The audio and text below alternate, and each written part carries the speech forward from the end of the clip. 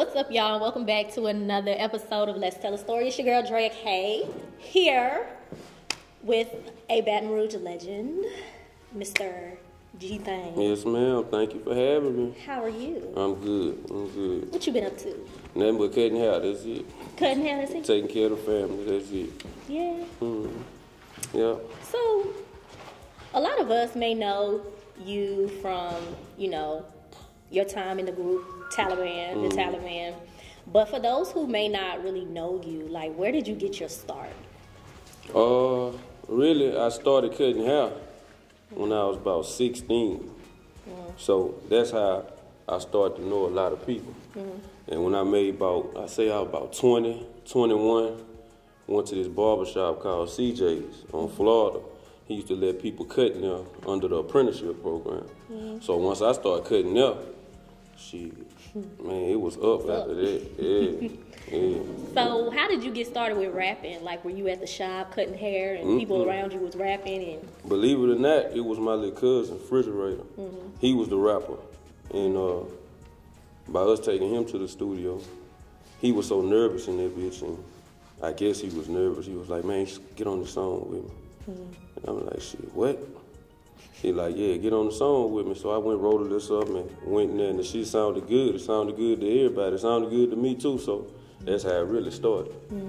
So what was that, like, when was that? Like, what era was that in music in Baton Rouge? Like, what time was it was, like, about 2006, 2007, something like that, and really the Jig era. People was, like, Sam was popping. Nussa wasn't even started then, you know what I'm saying? But it was basically the Jig era.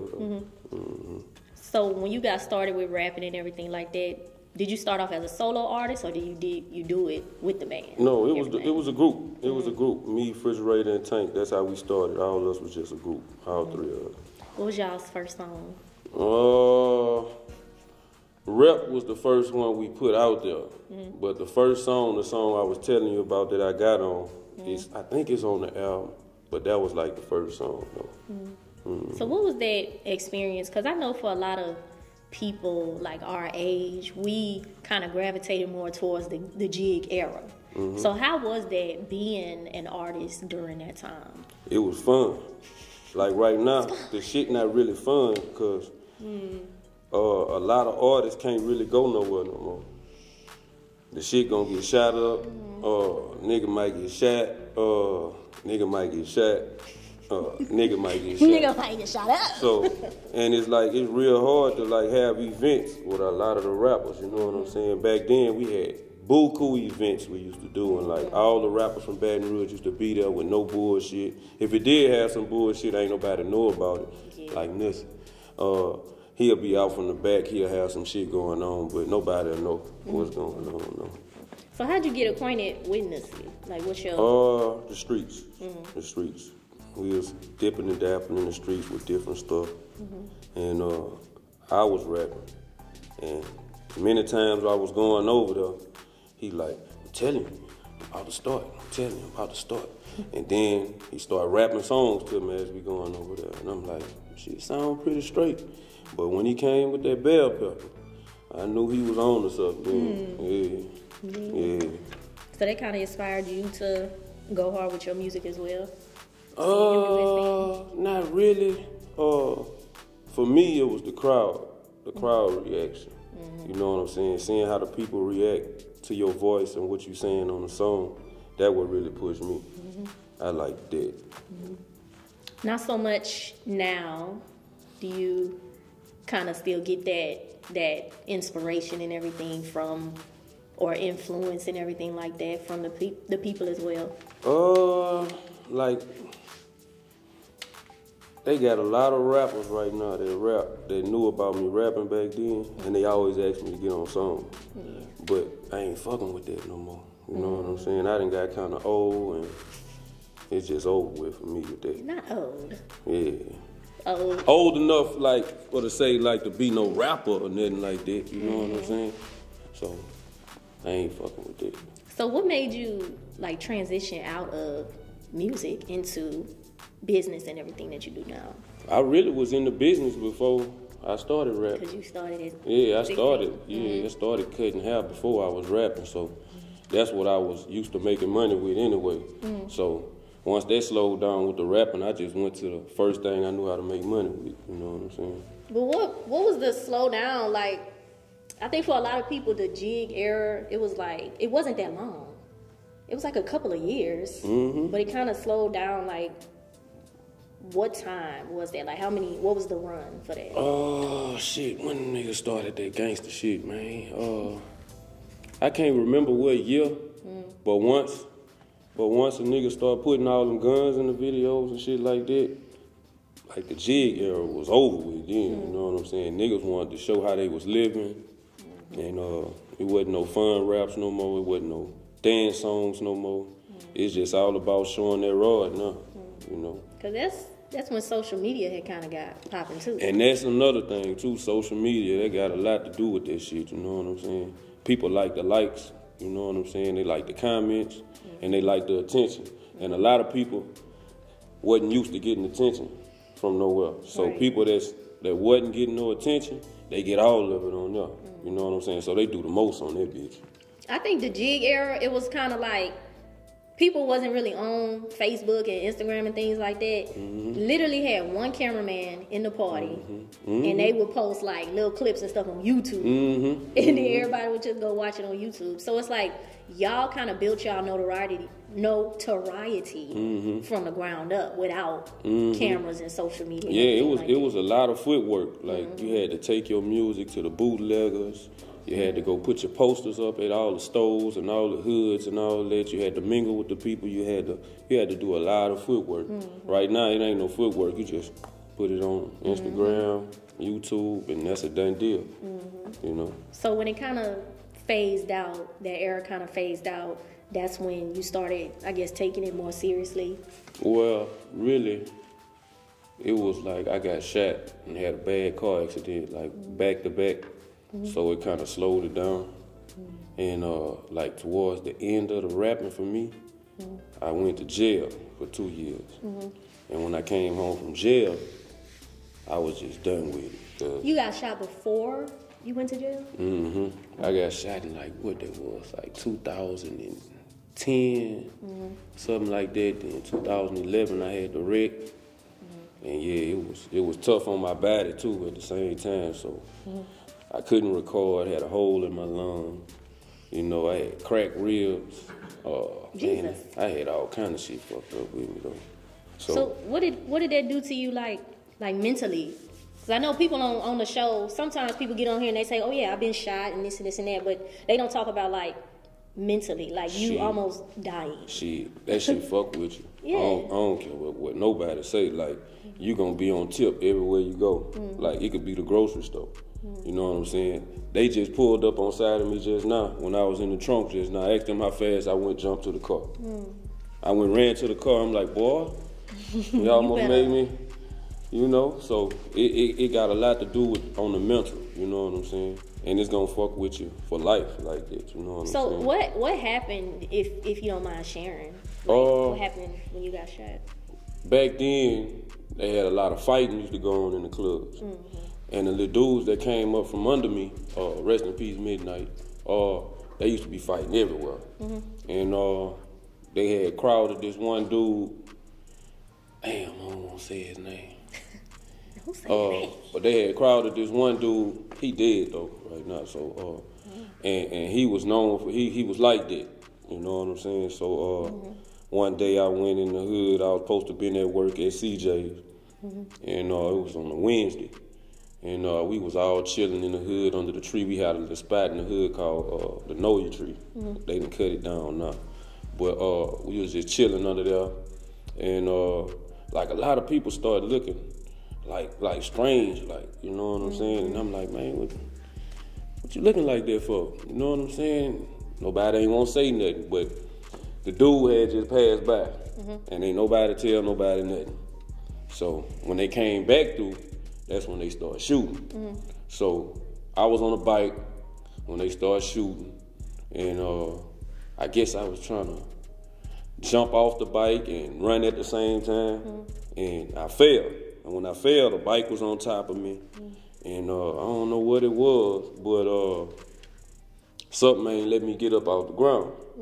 Like, how easy it is for you to get up off the ground when you fall off a bike. But something was holding me down, and you could just hear the bullets, just they hitting off the bike, and it felt like buku air just went through my foot, like, you know what I'm saying?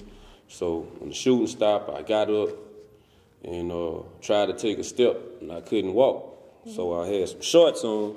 They was like some cut-off dickies. You remember that, Del? The cut-off dickies, and they was like way down there because me falling. So I could see like the little blood on the end of the shorts. So I jump up, couldn't walk, called my brother. They pulled me to the side of the road or whatever, but that's how this shit happened. So you was the target? No. Or you was just... Hold up a second, man. Shit. It's hot in this bitch, man. That shit that made me think about all that. Those are burnt.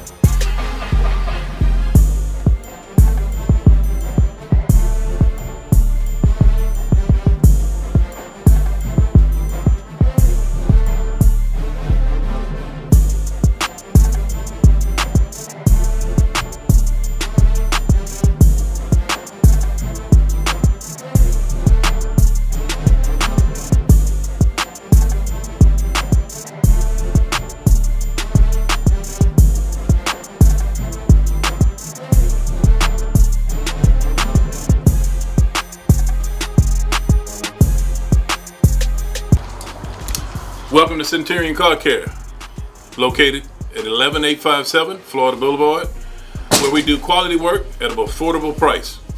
We also do paint and body, exhaust work, and any minor and major mechanic work. Best mechanic shop south of the Mississippi. It's your boy Mike Hustle. Shout out to the Antidote.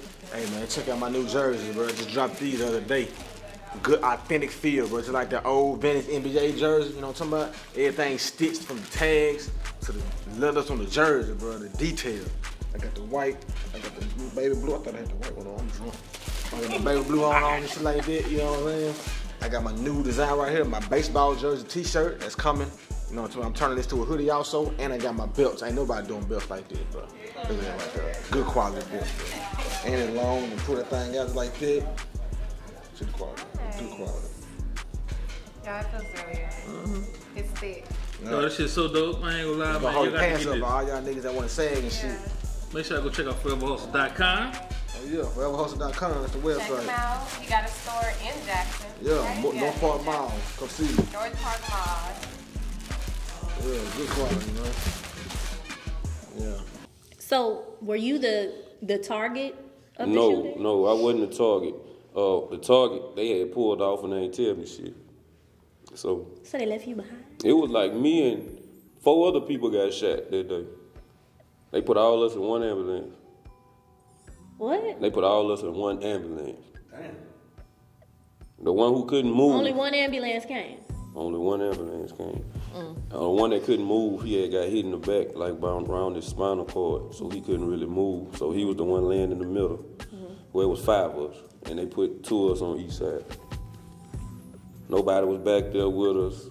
We was just back there by ourselves. Nobody was back there with y'all? No. They didn't have the No. EMTs in there? No. They sat in the front. Really? Yeah, really. They figured y'all was just gonna die anyway. I mean, they don't give a fuck about us no way, so. That's crazy. So what was recovery time? What did that look like? Shit. That was kind of hard to recover from that shit because I had to cut hair. That was my only source of income then, so I had to go to the shop with a boot on my foot, and I couldn't really stand up, so I had to try to sit down and cut. Then bro, he had the studio down the street, Jack and Neil's son. Her studio was down the street, so I tried to go down there and record, and my lungs wouldn't let me do it. Yeah, so it was kind of fucked up. It was crazy then. So how did you get to the point? Where now you're a master barber? Just over the years, just What working. was that journey, I guess? Well, I got a lot of memories doing it, you know what I'm saying? I just perfected my craft, that's about it. Just over the years of doing it so much, you know, it get better and better. That's the only way you learn how to cut hair good is you got to keep on doing it. Somebody can't really show you how to cut hair, you know. You gotta learn. Yeah. So, as far as the business goes, like, how did you kind of transition into like doing it more like on a professional level instead of just like randomly cutting people hair? Like, how did you create that system? Really, a lot of years I was just doing it for the money. You know what I'm saying? I ain't really care about. I just try to get people in and out of there. But start going to more hair shows and stuff like that. Bonner Brothers come down here now every year. So we started going in Atlanta, you know what I'm saying, to the hair show. But they started doing them down here.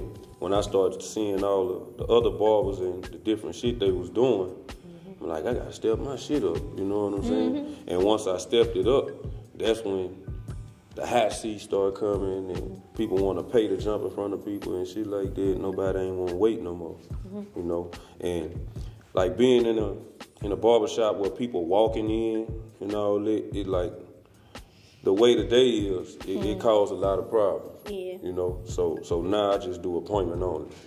You know, I charge a little more, but How much you charge? I charge $55 for a regular haircut. 55. Yeah, 55. Gee. Yeah. Yeah. How many clients you take a day? However many people book, that's how many I take. But on like Monday through like Thursday, I might stop at about 5 o'clock. But Thursday through Saturday, I might stop about 8, 9, something like that. Do you train people? Like, do you have like a staff that you manage? Just me. Everything's just me. They book off the app I got. It's called The Cut, and I just go through it with that. So we were talking about getaways and that opportunity that came. Shout out Johnny Domino. That came your way. So tell us about that and what can we expect from that? I really wasn't looking into doing it. We went to a filming one night. Big Dana had a filming of her show, and Johnny said he seen me look. He was looking at me through the monitor. I was in the crowd. And he seen how I was reacting to certain stuff that was going on the show. And he was like, man, if you want to do this, man, we could do you a show, man. I think you'll be good with doing it. I'm like, huh? What? He like, man, you talk to people all day, every day in the barbershop, man. That'll be easy for you to do it. I'm like, shit, let's do it. You know, so, yeah, we're going to see how that work out. So what's the concept behind the show and everything like that? Well, it's called In the Hot Seat. So basically the concept gonna be asking people questions or trying to see stuff about people that nobody really know about, just knowing them.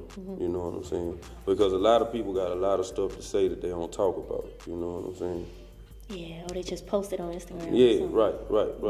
So that's how we gonna dig off into it. Are you cutting hair while you're doing that? No, or? no, there ain't gonna be no haircutting show or nothing like that. Yeah. Everybody think it's gonna be like this since it's called In the Hot Seat. Everybody know me from doing the hot seat in the barbershop. You know what I'm saying? So that's the first thing everybody thought it was gonna be, a barbering show. But no, it's not gonna be that. So what's next for you? What are your business endeavors, your goals, things Man, you right got now I got so much going on. I be messing with the stock market, with the crypto market. Yeah. You know what I'm saying? I do a lot of investing with that. So I really don't know where all this gonna go. You know what I'm saying? Because if the crypto jump out for me, a lot of shit gonna stop that I'm doing now. You gonna stop cutting hair? Shit, yeah. Shit, yeah. I got a lot of shit I want to do. I want to jump into that real estate too. So Get your own shop. Like, have your staff. I'm so tired of cutting hair. Well, not you. Like, have like a shop of your own. Yeah. A lot of people say that. You know what I'm saying? I think I'll do good with doing that, but that ain't really on my mind. No. Yeah. I've been doing it for so long. I'm just kind of burnt out with it. So this show is called Let's Tell a Story. Tell me a story about a time with you and Nissy. Nissy. I remember a time me and Bruh, we were sitting on Jacket porch, and me and Bruh was up there at the time. That's when them X-Pills had came out. And we sitting on the porch, we drinking, and Nissy pull up. He pull up, he like, hey man, come ride to Florida with me right quick. We both look at each other like, right quick? Like, that ain't gonna be no right quick. He like, man, just come on, man, come on. And we hop in the car, go down the street, and he send us in the store, get a 2 liter, go get a 2 liter grape slice out of there, grape cold drink out of there. We go there, we pull off, we go to a storage unit. And storage unit, he pull the door up, he go in this box. He go in this box and he pull out the shirt. I don't know if y'all ever seen that shirt on the CD cover. It say R.I.P. Who next? On there on one of them CD covers. What CD that is, though? I forgot which one it is, but Operation? No, that wasn't Operation. Badass. Yeah, he had the Rest in Peace Nissy, and he like, that's raw, huh? We like, ooh, that bitch is raw. You know what I'm saying? So he put the box in the trunk. So before we pull off, he pull up the syrup and the thing. We pull off, he pour up some cups. So we drank the first cup. By the time we drank the first cup, the high we had was just over with by then, so we on the highway. So we make it to Florida, we go to Roy Jones Jr. studio. So we go in there. By that time, me and Bruh, we sleep as hell now. We laying all on the couch. And he think we sleep in the other room. So he talking to Shantae, y'all remember Shantae on the track? Shantae in there doing some kind of beat for somebody.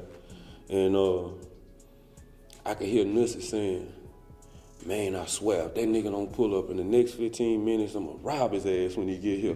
So now I done jumped up. Now I'm like, I'm aware. Shit. I'm like, hold up now. This nigga here tripping now, man. I'm like, say, bro, man, I hope this nigga, whoever this nigga is, I hope this nigga pull up, man. He got us way out here, you know what I'm saying? So, sure as shit stink, he had got us to come ride with him because that box had some pints in it, pints of syrup in it, and dude was coming to buy the shit. Dude ended up pulling up in like 5 minutes. I'm like, shit, I ain't got time for this shit. But yeah, that's about the wildest one right there with this. He tripping me out with that shit. Yeah. Yes, it is. Yeah, for real. Give us a Taliban story. Taliban story. Oh, Crazy man. Taliban story. Oh, let me think. Oh, shit. Man. Ooh, it's a lot of them. Oh, we had a show and I hope ain't nobody in here wasn't no DJ before. Huh? We know a couple of DJs. No, it wasn't him. But we had a show at the Plantation one weekend, and the particular DJ, our shit kept skipping on the stage, and it was kind of fucking our vibe up. And so the next show we had at the Plantation, not the Plantation, I'm tripping. What the name of it was? No, not the Renaissance. The Renaissance, I'm tripping. Yeah, the Renaissance. And we had a meeting with this DJ, like on a Wednesday. And we telling them, man, look, we gotta have our music together, man, because the shit that happened last time, you know, that shit was up. He like, man, I got y'all, bro. So, man, we get to the show. Dude, he like, man, I got y'all. He throwing thumbs up. J-Boy, he done paid us already before we even got on the stage. We getting that bitch. First song go by. Second song come up, that bitch get to skipping. I'm like, damn, man. I'm looking in the crowd now. I'm wondering why the crowd not looking at me no more. They looking over here. Like, what the fuck going on? And I look over there, I see my big brother behind the DJ booth. He like, he looking down. I don't even see the DJ no more. So I go run over there and look. The DJ knocked out in that bitch. I'm like, man, come on, man. Let's go, bro. Let's go, man. We get to the door. The DJ like, you bitch ass nigga. Whoop. I'm like, boy, it's over with. You dizzy right now. You ain't gonna be able to do nothing. But that's probably one of the craziest stories right there. Y'all done beat the DJ up? Not y'all. My brother did. Whoever that DJ is, bro, our bad, bro. You know, you should have had this shit together, bro. Yes, indeed. Yeah. That's it. That's one of the craziest ones, though. So as a master barber, you have competitions and everything like that. Like, what's that experience? Man, that shit fun. At first, I used to be nervous. Like we got that razor on somebody's head. Like, and people I'm like, watching. They like, why you shaking? I'm like, I don't know, man. Like, you know what I'm saying? But I got kind of used to it. You know what I'm saying? But the shit fun. The shit real fun. Real fun. So have you gotten a chance to compete with anybody like from here or? Yeah. Shit. I can't really think of all their names. I know Joe the Barber. He was on a couple of them. Yeah, a couple people from out of town came down here, but I don't remember. Joe, the main one I remember, though. Joe, my boy. That's my boy. So what do y'all win? Like, what kind of competition is this? Because I'm thinking Bonner Brothers, hairstylists, and this and that. Like, Bonner Brothers, you win a big bag at Bonner Brothers, but the ones I was in, I think the first one I won, 2,200, and a big trophy, some clippers. The second one, I think it was 3,500, and big trophy or whatever. Yeah. So how do you win? Like, how do they judge you? They got different like sections and stuff. They might have like original cut, that's just like a basic cut with a line. And they might have a cut with a design. I mean, you gotta put a design in somebody's hair. That's about it, the two sections in the barber battle though, you know what I'm saying? But I did both of them. I think I won in both of them sections. What it is, original cut and design. Yeah. So was the fun part winning, or was it Yeah, like that's the adrenaline? that's the only fun part. But another fun part, I did one around Christmas time, and they had like you had to do like an intro for when you come in. So me and my old lady dressed up. I was Santa Claus, she was Miss Claus, and we came in off one of them bounce Christmas songs. Had the Christmas bag, and we passed out little bottles of alcohol to everybody in there. That shit, that was pretty tight. Yeah. So would you want to do something else like that in the future? Yeah, I think I might get in a couple more this year, but like I say, I might be at the end of my road with barbering, though. Yeah. Into other things, Yeah. real estate. Yeah. What made you want to get into real estate? I've been, like, when I graduated high school, that's what I had. You know, they give you the little paper, tell you when they say your name, when you graduate, what you want to be when you grow up and all that shit. That was one of the things, but I never got into it, though. It just seems so complicated. I mean, from the stuff I've been doing my research on, it ain't really that complicated. Like, if you know how to sell stuff, it might be pretty easy to you. Well, I'm pretty sure that's way different than cutting hair. Yeah, it's way different. It's way different. Like, cutting hair, you be up and close and personal with people all the time. Like, you in people's face all the time. With the real estate, you might tell them what his property at. They go look at it. They come holler at you about it. You know what I'm saying? You do all this other good stuff, but you don't be in their face all the time, you know? I get tired of hearing people's problems all the time. What's the craziest story you ever heard? Man, you wouldn't even believe. It's so many of them, man. Ain't nothing crazy ever happened. Somebody, old lady, pull up on them or something. Man, I done had one of my old ladies came in the barbershop one time. We done had a fight in the middle of the barbershop and everything. I was young then, though, so I was in my 20s then when that happened. But yeah, it be a lot of shit. The barbershop is untamed, man. I done had somebody, when that was last year? No, I ain't say last year. About 2 or 3 years ago, a dude got his hair cut by me, Tunchi. Used to be with Boosie. He left out the barbershop and got killed right outside the barbershop. Like, yeah, it's real in that barbershop. That's another reason why I stopped doing like in the walk-in barbershop, you know. Because it be so many different people, you know what I'm saying, at the same time, yeah. And the way it is right now, it's crazy out here, you know. So, yeah. So, you said you got some stuff going on with your business and everything coming up next, but when can we expect to see Getaways? When is that gonna drop? We trying to do it like before the summer start, you know what I'm saying? Like, we got our lineup already with all the people we gonna have on the show. It's like, I think I got like 12 people already that committed already. But it's a whole lot of other background stuff we gotta get together. Did y'all start filming yet? No, we ain't start filming yet, but I hope we start soon. Okay. Where would it be airing so like we can go and watch it? For right now, we just got it on YouTube, but we trying to get it on other broadcasts too. So, but we gonna be filming at Bella Noche on Wednesdays. Yeah. Wednesday nights before all the crowd come in. Well, that sounds fun. Yeah, I'm ready. I'm excited to see it. I'm ready. I like talking. Yes, you do. Yeah. So where can everybody find you? Where can we? On Instagram, they can find me at G-Thang the Barber 225. On Facebook, Gary D. Richard. TikTok, G-Thang 225. And I think that's all I got. Yeah, that's it. You accepting new clients?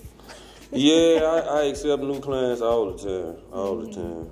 I be having different people hitting me up all the time. People tell people about me, and that's how that be going. Word of mouth, like, that's the best thing. Word of mouth. They say you the sickest in the city. Oh, I am. I feel like I am. You know what I'm saying? Period. I feel like I am. Yeah. Well, this has been another episode of Let's Tell a Story. Make sure you guys check out my boy G-Thang, and make sure you subscribe to The Antidote. Stop playing with us. Y'all need to roll them numbers up, because y'all be looking, but y'all don't be subscribing. So go ahead and do that, and we will talk to you in the next episode. Bye.